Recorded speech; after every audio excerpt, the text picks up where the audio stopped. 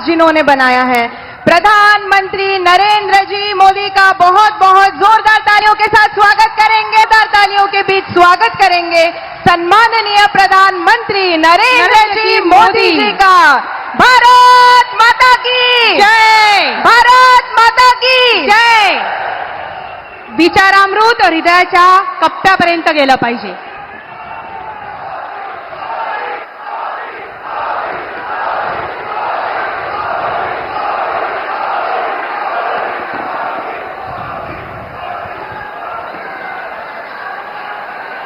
भारत माता की,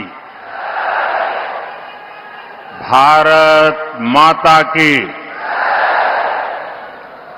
माता एकवेरा देवी आणि यहां मोगी माता चरणी में कोटी कोटी नमन करतो।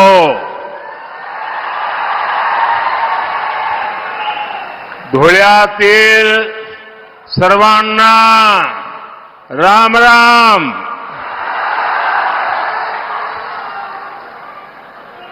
आज एक बार फिर मुझे भगवान खंडोबा का आशीर्वाद लेने का सौभाग्य मिल रहा है। धुळे की ये धरती और महाराष्ट्र से मेरा अपनापन आप सब भली भांति जानते हैं।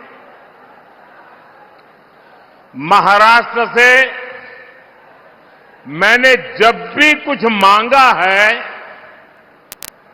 महाराष्ट्र के लोगों ने दिल खोलकर मुझे अपना आशीर्वाद दिया है।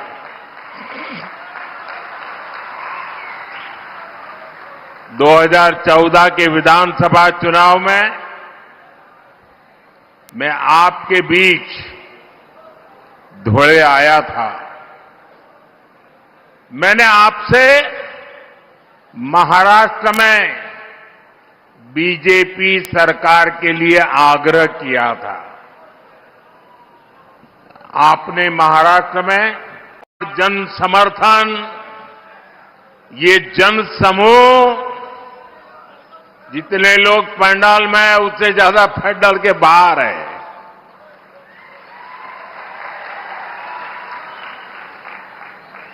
उधर तो उनको पर्दे भी खोल देने पड़े।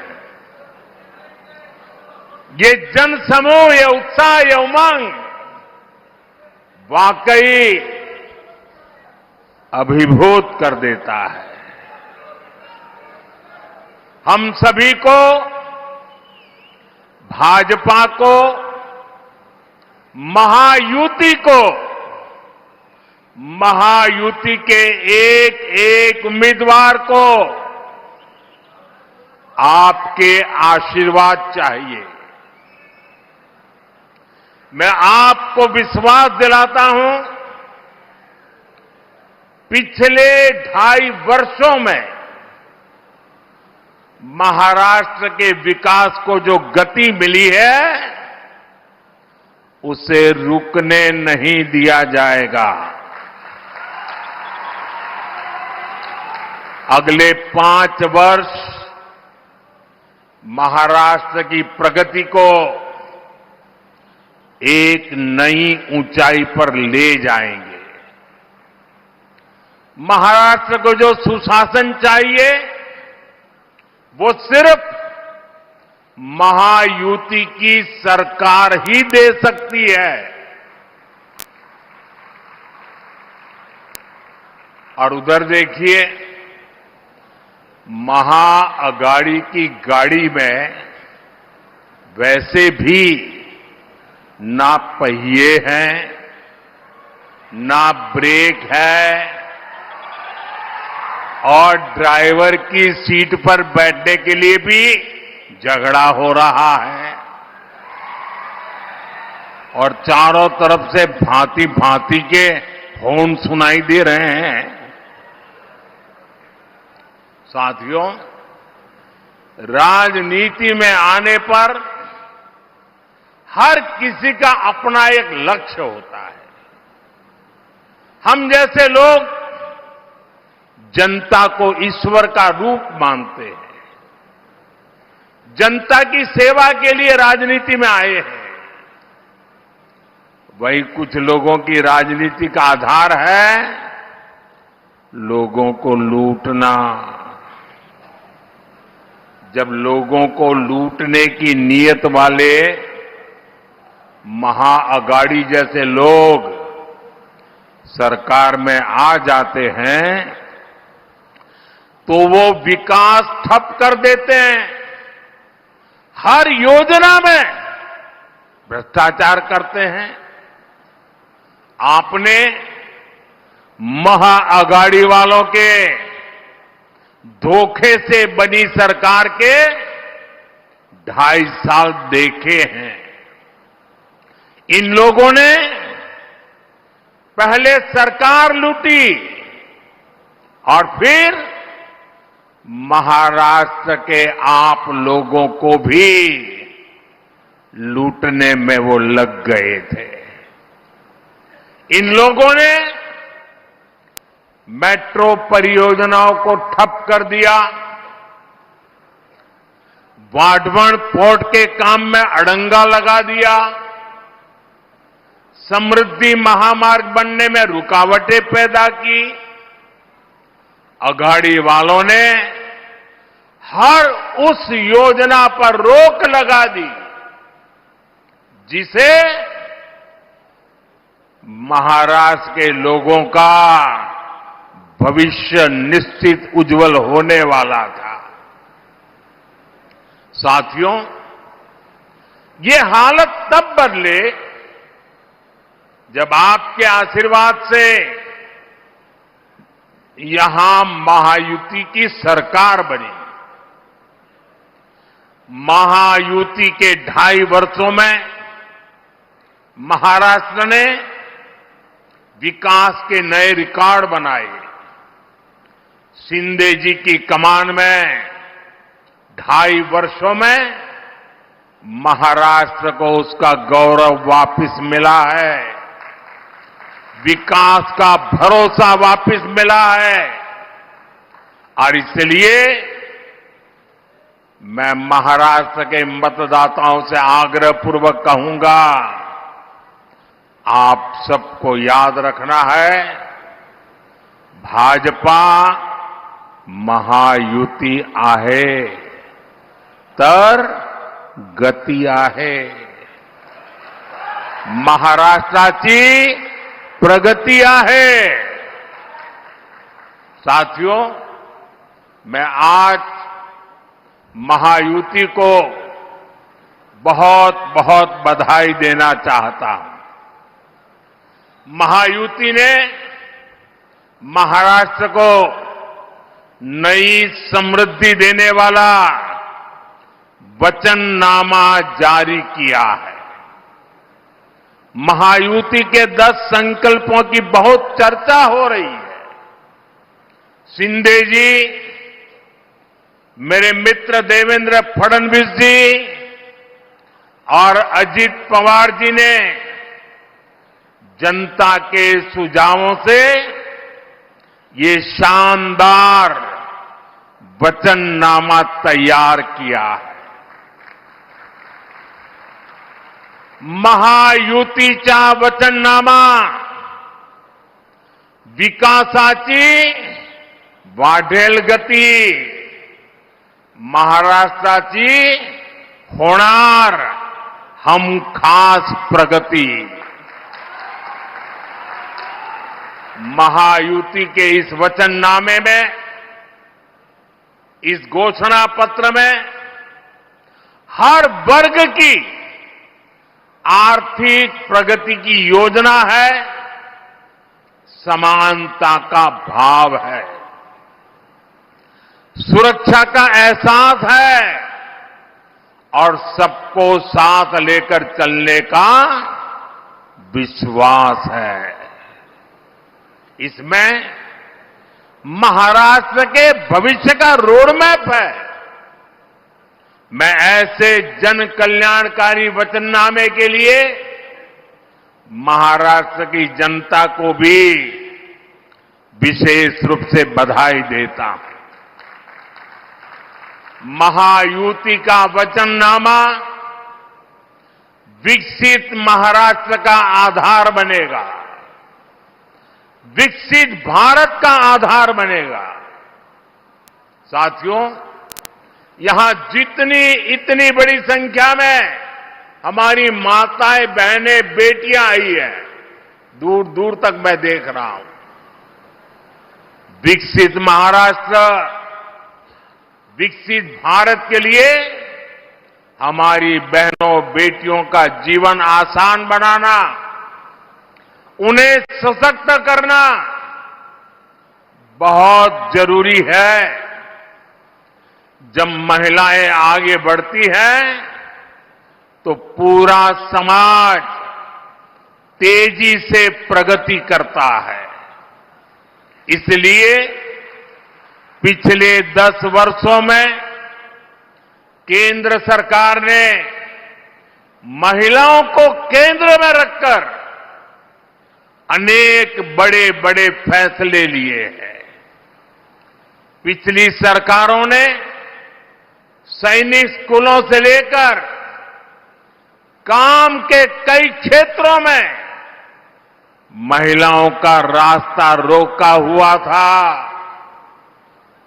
ये मोदी है, उसने वो सारे बंधन हटाए, महिलाओं को ज्यादा से ज्यादा क्षेत्रों में काम के अवसर दे दिए, सारे दरवाजे खोल दिए।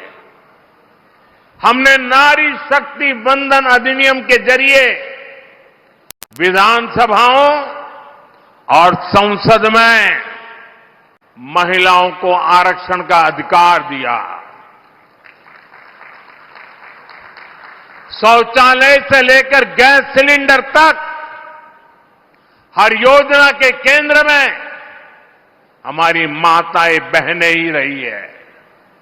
हमने जब इन योजनाओं को शुरू किया था तब कांग्रेस के लोग हमारा मजाक उड़ाते थे, लेकिन आज वही योजनाएं महिला सशक्तिकरण का पर्याय बन गई है। मुझे खुशी है कि महाराष्ट्र की महायुति सरकार भी हमारे विजन को आगे बढ़ा रही है।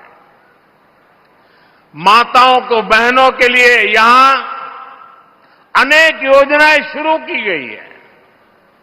आज महाराष्ट्र में हर डॉक्यूमेंट पर माता का नाम अनिवार्य कर दिया गया है।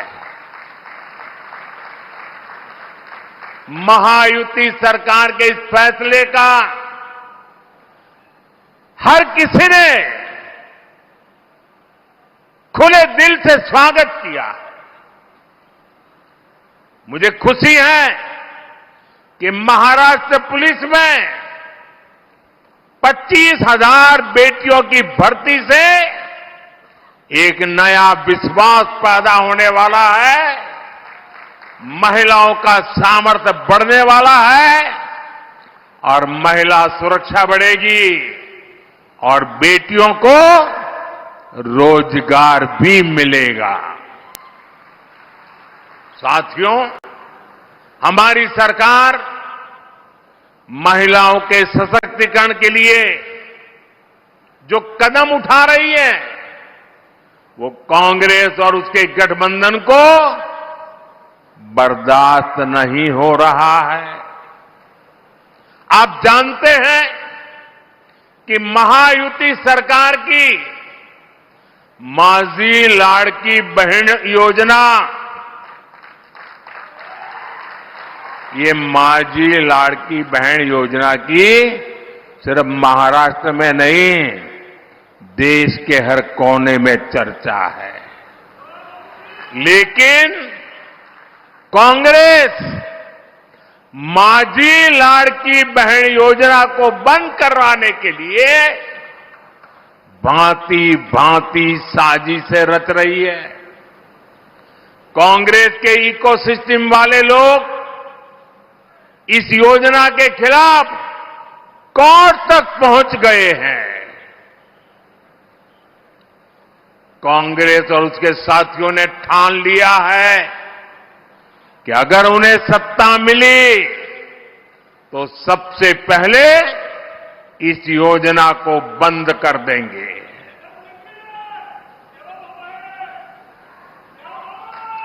मैं जरा आपसे पूछना चाहता हूं,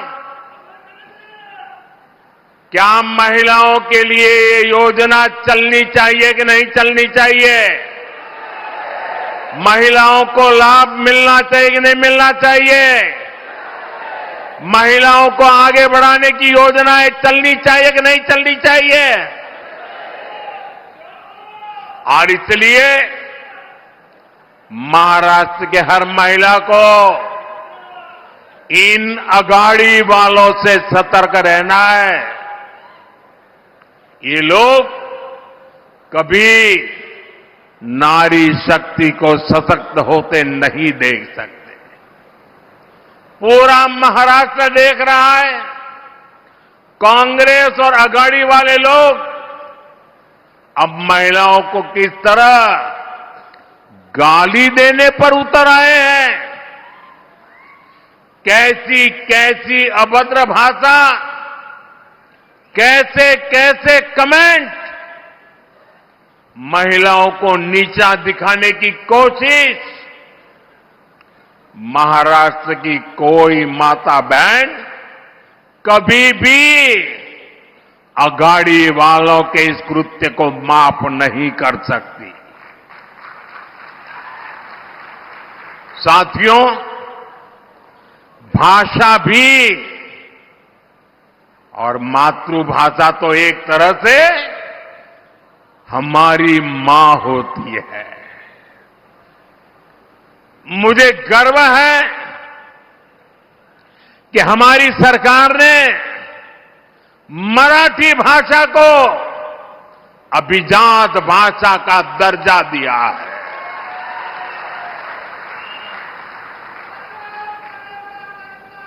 इस फैसले के बाद मुझे देश और दुनिया भर के मराठी भाषी लोगों के संदेश मिल रहे हैं।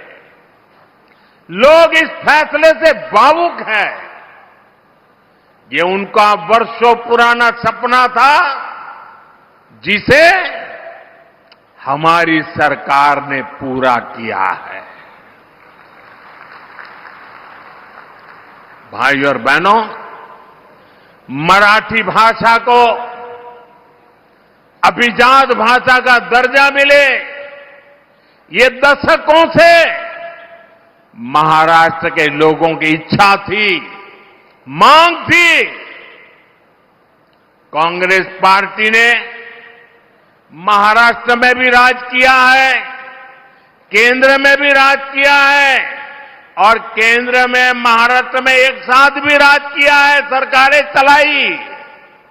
लेकिन मराठी को अभिजात भाषा का दर्जा मिले, इन्हें इसकी जरूरत नहीं लगी।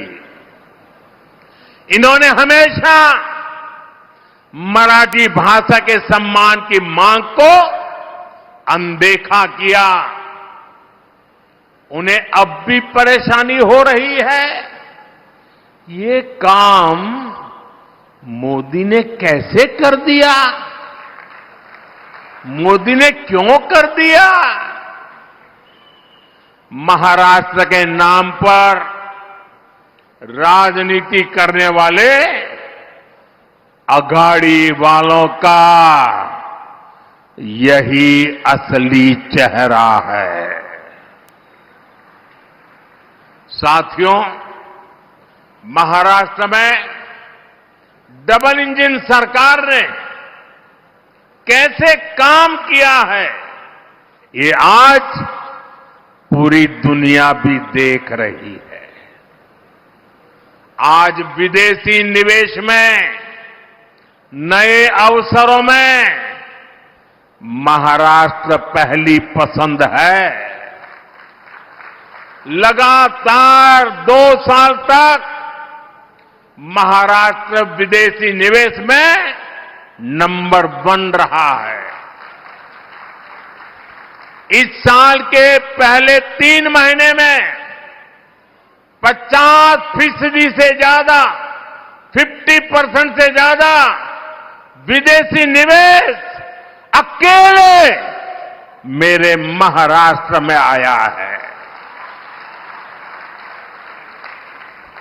महाराष्ट्र को सभी निवेश परियोजनाओं में प्राथमिकता दी जा रही है। इलेक्ट्रॉनिक वाहन परियोजना, ग्रीन एनर्जी और सोलर प्रोजेक्ट, स्टील प्रोजेक्ट, ऐसे कितने ही प्रोजेक्ट महाराष्ट्र के अलग अलग हिस्सों में स्थापित किए जा रहे हैं। भारत का सबसे बड़ा पोर्ट, पूरे हिंदुस्तान का सबसे बड़ा, ये पोर्ट भी, बंदरगाह भी हमारे महाराष्ट्र में बन रहा है। इंफ्रास्ट्रक्चर के बड़े प्रोजेक्ट से महाराष्ट्र में नए अवसर तैयार हो रहे हैं। साथियों, और जिस दिन मैं वाटवन पोर्ट के शिलान्यास के लिए आया था,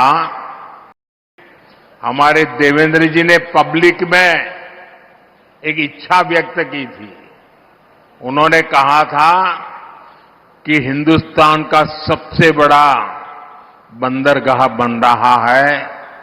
मोदी जी इतना सारा कर रहे हो, हजारों करोड़ लगा रहे हो, तो वहां एक एयरपोर्ट भी बना देना। उस दिन तो मैं चुप रहा था, लेकिन भाइयों बहनों, जैसे ही आचार संहिता खत्म होगी, जैसे ही महाराष्ट्र में महायुति की शपथ विधि हो जाएगी, मैं महाराष्ट्र सरकार के साथ बैठ करके देवेंद्र जी की इच्छा कैसे पूरी हो, इस बात के लिए काम करूंगा।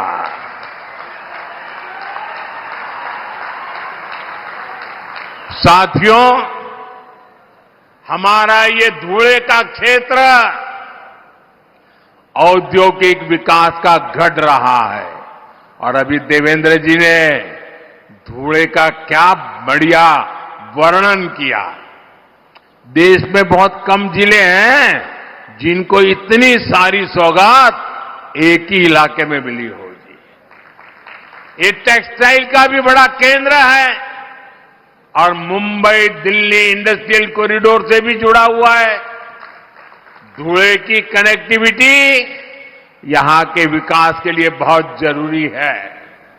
इसलिए धुले के इंफ्रास्ट्रक्चर और कनेक्टिविटी पर हजारों करोड़ रुपए खर्च किए जा रहे हैं। धुले सोलापुर हाईवे का काम जारी है। धुले इंदौर रेल मार्ग का काम स्वीकृत हो चुका है। इन सारी परियोजनाओं से यहां के युवाओं के लिए रोजगार के भी हजारों नए अवसर बने हैं। साथियों, महाराष्ट्र के किसानों को भी डबल इंजन सरकार में डबल फायदा मिला है। उन्हें पीएम किसान सम्मान निधि के 6,000 रुपये के साथ ही महायुति सरकार के नमो शेतकरी महासम्मान निधि के 6,000 रुपया अतिरिक्त मिलते हैं, यानी 12,000 रुपये की आर्थिक मदद मेरे महाराष्ट्र के किसान भाई बहनों के खाते में सीधी जाती है। अब एक कदम आगे बढ़ते हुए महायुति की सरकार ने इस राशि को 15,000 रुपये तक बढ़ाने की घोषणा की है। इसका बहुत बड़ा फायदा महाराष्ट्र के और मेरे धुले के किसानों को भी होगा। केंद्र सरकार ने पिछले 10 वर्षों में किसानों के लिए जो काम किए हैं, उनसे कांग्रेस के खोदे गए गड्ढों को भरने में काफी मदद मिली है। आज किसानों के पास फसल बीमा की सुरक्षा है, किसानों को सस्ती बिजली के लिए सोलर पंप दिए जा रहे हैं, किसान की फसलों की खरीदारी भी आज रिकॉर्ड पास पड़ते हैं। जी आपके बिल्कुल एकदम सीधे पड़ोसी है और इसलिए मैं इस इलाके से भी काफी परिचित रहा। बीजेपी ने हमेशा सबका साथ सबका विकास की नीयत से काम किया है। इस संकल्प का प्रमुख हिस्सा हमारा आदिवासी समाज भी है। ये वो समाज है जिनका देश की आजादी में, देश के विकास में महत्वपूर्ण योगदान रहा है। लेकिन कांग्रेस और उसके साथियों ने कभी आदिवासी गौरव, आदिवासी स्वाभिमान पर ध्यान नहीं दिया। आदिवासी विरासत को न्याय मिले, आदिवासी युवाओं को बेहतर भविष्य मिले, क्या ये आपका अधिकार नहीं था? लेकिन इस काम में दशकों लग गए। जब अटल बिहारी वाजपेयी जी के नेतृत्व में बीजेपी की सरकार आई, तब अलग आदिवासी मंत्रालय बना। तब पहली बार आदिवासी हितों को, इस समाज की अपेक्षाओं को महत्व मिला। हमारी सरकार ने भगवान बिरसा मुंडा की जयंती पर जनजातीय गौरव दिवस की शुरुआत की है। इसका मकसद यही है कि आदिवासी परंपरा को पहचान मिले। इस बार 15 नवंबर से अगले 1 वर्ष तक हम भगवान बिरसा मुंडा की 150वीं जन्म जयंती मनाएंगे। हमारी सरकार देश भर में एकलव्य आवासीय विद्यालय भी बना रही है। इन विद्यालयों में हमारे आदिवासी बेटे बेटियां पढ़ रहे हैं। हमने जल, जंगल, जमीन का हक सुरक्षित किया। वन उपज का लाभ आदिवासी समाज को मिले, इसके लिए हमने इस समाज को उसके अधिकार दिए। बीजेपी के ही प्रयासों से पहली बार एक आदिवासी महिला द्रौपदी मुर्मू जी देश की पहली आदिवासी राष्ट्रपति बनी। और पूरे देश ने देखा है कि कैसे कांग्रेस और उसके साथियों ने द्रौपदी मुर्मू जी को हराने के लिए पूरी शक्ति लगा दी थी। आए दिन ये लोग द्रौपदी जी का अपमान करते हैं और ये इनकी पुरानी आदत है। बाबा साहब आंबेडकर को हराने के लिए नेहरू समेत ने ताकत लगा दी थी। आज से 25-30 साल पहले बाबा साहब आंबेडकर को नीचा दिखाना ये कांग्रेस का रोज का काम था और वैसा ही उन्होंने द्रौपदी मुर्मू जी के साथ किया। साथियों, आज मैं आपको और पूरे देश को कांग्रेस और उसके साथियों की एक बहुत खतरनाक साजिश से आगाह करने के लिए आया हूं और इस आदिवासी क्षेत्र में आया हूं तब मेरा ये कर्तव्य बनता है इस खतरनाक खेल से मैं महाराष्ट्र को, देश को, मेरे आदिवासी भाई बहनों को सजग करूं। कांग्रेस द्वारा एक जाति को दूसरी जाति से लड़ाने का खतरनाक खेल खेला जा रहा है और ये खेल इसलिए खेला जा रहा है क्योंकि कांग्रेस कभी दलितों, पिछड़ों, आदिवासियों को आगे बढ़ते नहीं देख सकती। यही कांग्रेस का इतिहास है। आजादी के समय हमारे बाबा साहब आंबेडकर ने बहुत कोशिश की थी कि शोषितों, वंचितों को आरक्षण मिले, लेकिन नेहरू जी अड़े हुए थे कि किसी भी कीमत पर दलितों, पिछड़ों, आदिवासियों को आरक्षण नहीं दिया जाएगा। बहुत मुश्किल से बाबा साहब दलितों और आदिवासियों के लिए आरक्षण का प्रावधान करा पाए, उनको लड़ाई लड़नी पड़ी। नेहरू जी के बाद इंदिरा जी आई, उन्होंने भी आरक्षण के खिलाफ ऐसा ही रवैया जारी रखा। उनका भी मकसद यही था कि किसी भी कीमत पर एससी, एसटी, ओबीसी को प्रतिनिधित्व न मिल पाए। ये लोग चाहते थे कि एससी, एसटी, ओबीसी हमेशा कमजोर रहे। इंदिरा जी के बाद राजीव गांधी आए, उनकी भी सोच और अप्रोच अपने खानदान से अलग नहीं थी। राजीव गांधी ने भी ओबीसी आरक्षण का खुल करके विरोध किया था।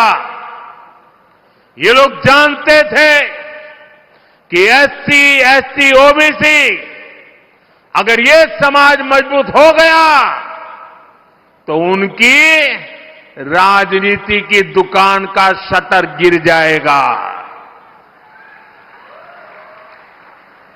राजीव गांधी के बाद अब इस परिवार की चौथी पीढ़ी इस खतरनाक भावना के साथ उनके युवराज काम कर रहे हैं।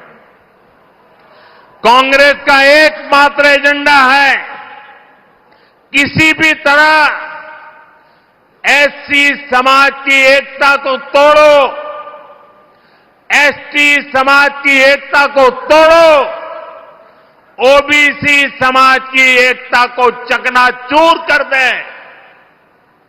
कांग्रेस चाहती है कि एससी समाज अलग अलग जातियों में बिखरा रहे ताकि एससी समाज की सामूहिक शक्ति कमजोर पड़ जाए।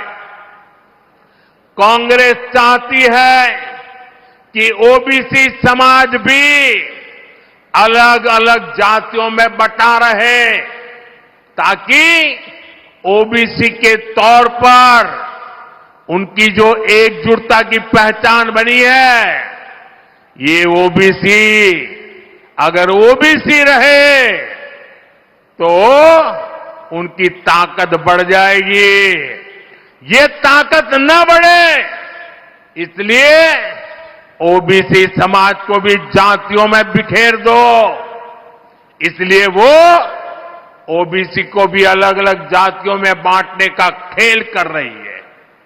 कांग्रेस चाहती है कि हमारा एसटी समाज अलग अलग जातियों में बटा रहे, क्योंकि आज आदिवासी के रूप में, जनजातीय समूह के रूप में, शेड्यूल्ड ट्राइब के रूप में समाज की एकता, समाज की एक पहचान, समाज की एकजुटता आज उभर करके आई है। और वो मजबूती से भील गरासिया, कोकना, कोकनी, कोली महादेव, डोंगर कोली, वारली, ठाकर, कोली ठोर, टोकरे कोली, गमीत, गमता, गवीत, पारगी, कटकरी, धानका, तड़वी। कांग्रेस गमीत को गमता से लड़ना चाहती है, कांग्रेस गवीत को पारगी से लड़ाना चाहती है, कांग्रेस कटकरी को धानका से और तड़वी को तैतरिया से लड़ाना चाहती है। साथियों, आदिवासी की पहचान, जनजातीय समाज की पहचान, शेड्यूल्ड ट्राइब की एकता, इसको तोड़ने में कांग्रेस लगी हुई है। आदिवासी जातियों की एकजुटता कांग्रेस को फूटी आंख नहीं सुहाती। कांग्रेस का एजेंडा है कि देश भर की आदिवासी जातियां आपस में लड़ती रहे, उनकी सामूहिक आदिवासी ताकत खत्म हो जाए। कांग्रेस ने जब धर्म के नाम पर ऐसे ही साजिशें रची थी तो देश का बंटवारा हो गया था। अब कांग्रेस एससी, एसटी, ओबीसी समाज की एक जाति को दूसरे के खिलाफ खड़ा कर रही है। भारत के खिलाफ इससे बड़ी साजिश कोई और नहीं हो सकती। आप मुझे बताइए, आदिवासी जब एकजुट रहेगा तो उसकी ताकत बढ़ेगी कि नहीं बढ़ेगी? ताकत बढ़ेगी कि नहीं बढ़ेगी? अलग अलग जातियों में टूटने से आप सोचिए कमजोर हो जाएंगे कि नहीं हो जाएंगे। इसलिए मैं कहता हूं, एक है तो सेफ है, एक है तो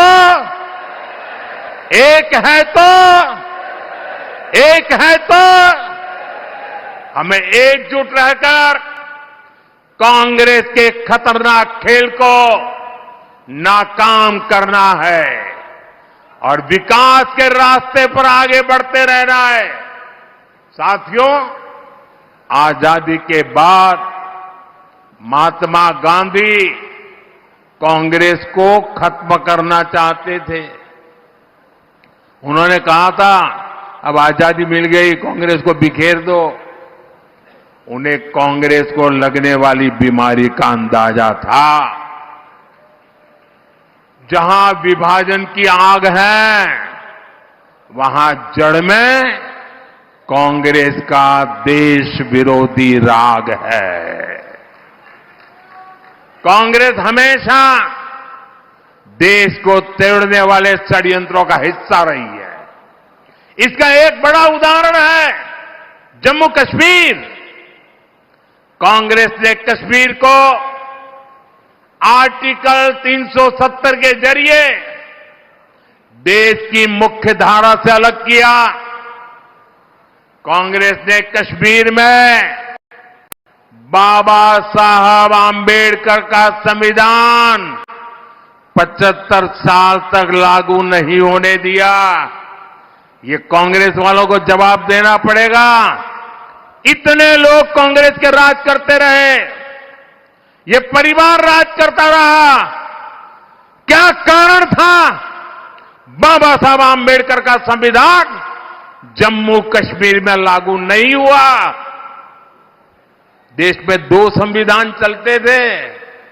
ये मोदी आया तब जाके बाबा साहब आंबेडकर संविधान जम्मू कश्मीर में लगा। और इसके कारण होता था क्या? कश्मीर में दलितों, वंचितों को उनका हक नहीं मिलने दिया। कांग्रेस ने आतंकवाद को संरक्षण दिया, अलगाववादियों का संरक्षण दिया। जो समस्या कांग्रेस ने पैदा की थी, हमने आर्टिकल 370 खत्म करके उस समस्या को भी खत्म कर दिया है। ये 21वीं सदी के भारत के सबसे बड़े फैसलों में से एक है। लेकिन जैसे ही मैं देशवासियों को कहता हूं, जरा जागिए, सचेत हो जाइए। जैसे ही कांग्रेस और इंडी गठजोड़ों का जम्मू कश्मीर में सरकार बनाने का मौका मिला, वो फिर से कश्मीर को लेकर साजिशें करने लगे हैं। आपने टीवी पे देखा होगा, 2-3 दिन पहले जम्मू कश्मीर विधानसभा में जो कुछ हुआ आपने देखा होगा। कांग्रेस गठबंधन वहां फिर से आर्टिकल 370 लागू करने का प्रस्ताव पारित किया है। दोस्तों, क्या यह देश स्वीकार करेगा? आप सहमत होंगे? कश्मीर को तोड़ने का कांग्रेस का एक कारनामा आपको मंजूर है? आर्टिकल 370 के समर्थन में विधानसभा के भीतर बैनर लहराए गए। जब बीजेपी के विधायकों ने जी जान से उसका विरोध किया तो उन्हें उठा उठा करके सदन के बाहर फेंक दिया गया। कांग्रेस और उसके साथियों की एक घिनौनी सच्चाई पूरे देश को, पूरे महाराष्ट्र को समझनी होगी। कांग्रेस गठबंधन एक तरफ जम्मू कश्मीर से भारत का संविधान हटाने का प्रस्ताव पास करता है। कांग्रेस ने जो प्रस्ताव पारित किया है ना, इससे बाबा साहब का संविधान जो मोदी वहां ले गया है ना, वो फिर वापस कर देंगे और जम्मू कश्मीर में बाबा साहब के संविधान को घुसने नहीं देंगे। और दूसरी तरफ यही कांग्रेस, उनका गठबंधन यहां महाराष्ट्र में आकर संविधान की झूठी किताब लहराता है, कोरे कागज वाली। ये कोरे कागज वालों की कटी पतंग का जमाना आ गया है।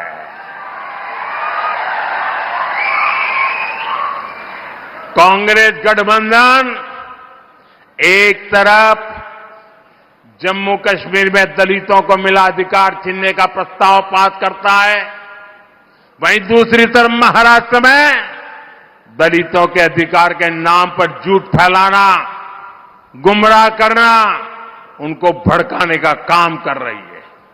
कांग्रेस गठबंधन एक तरफ कश्मीर में आदिवासियों के अधिकार छीनने का ऐलान करता है, वहीं दूसरी तरफ महाराष्ट्र में आकर ये लोग आदिवासियों की आंख में धूल झोंकने का पाप कर रहे हैं, अधिकारों के झूठे नारे लगा रहे हैं।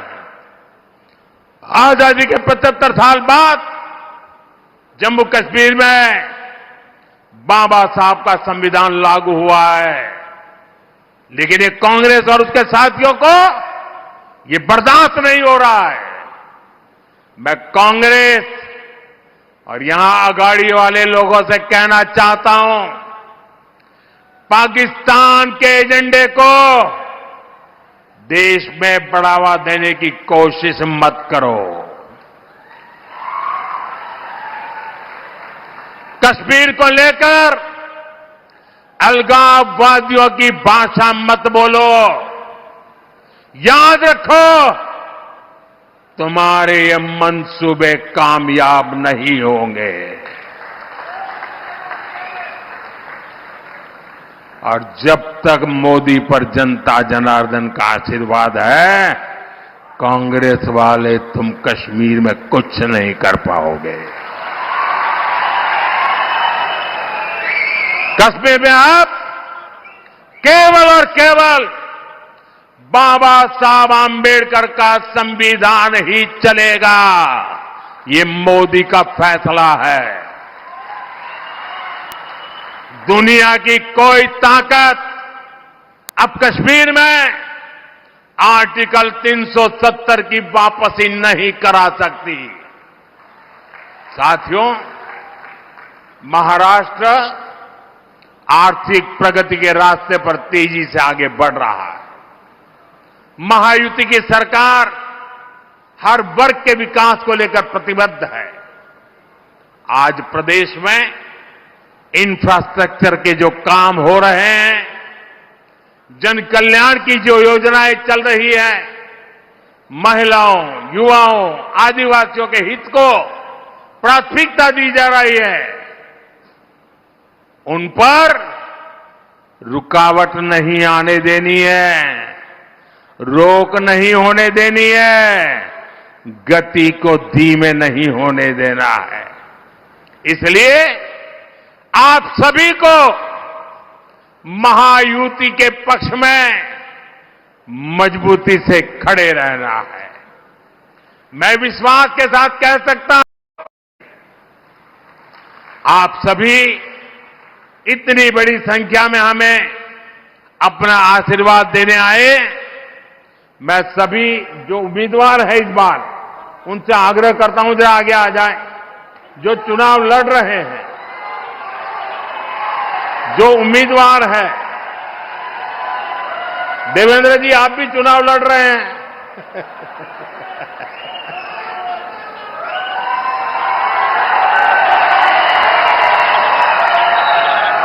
मेरे साथ बोलिए, भारत माता की, भारत माता की, भारत माता की।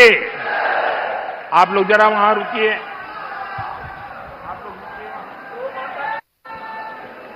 तोड़ना है हर पिंजरा, मेरी उड़ान अभी बाकी है। तोड़ना है हर पिंजरा, मेरी उड़ान अभी बाकी है। मंजिलें जमी भर नहीं, आसमान अभी बाकी है। लहरों का थमना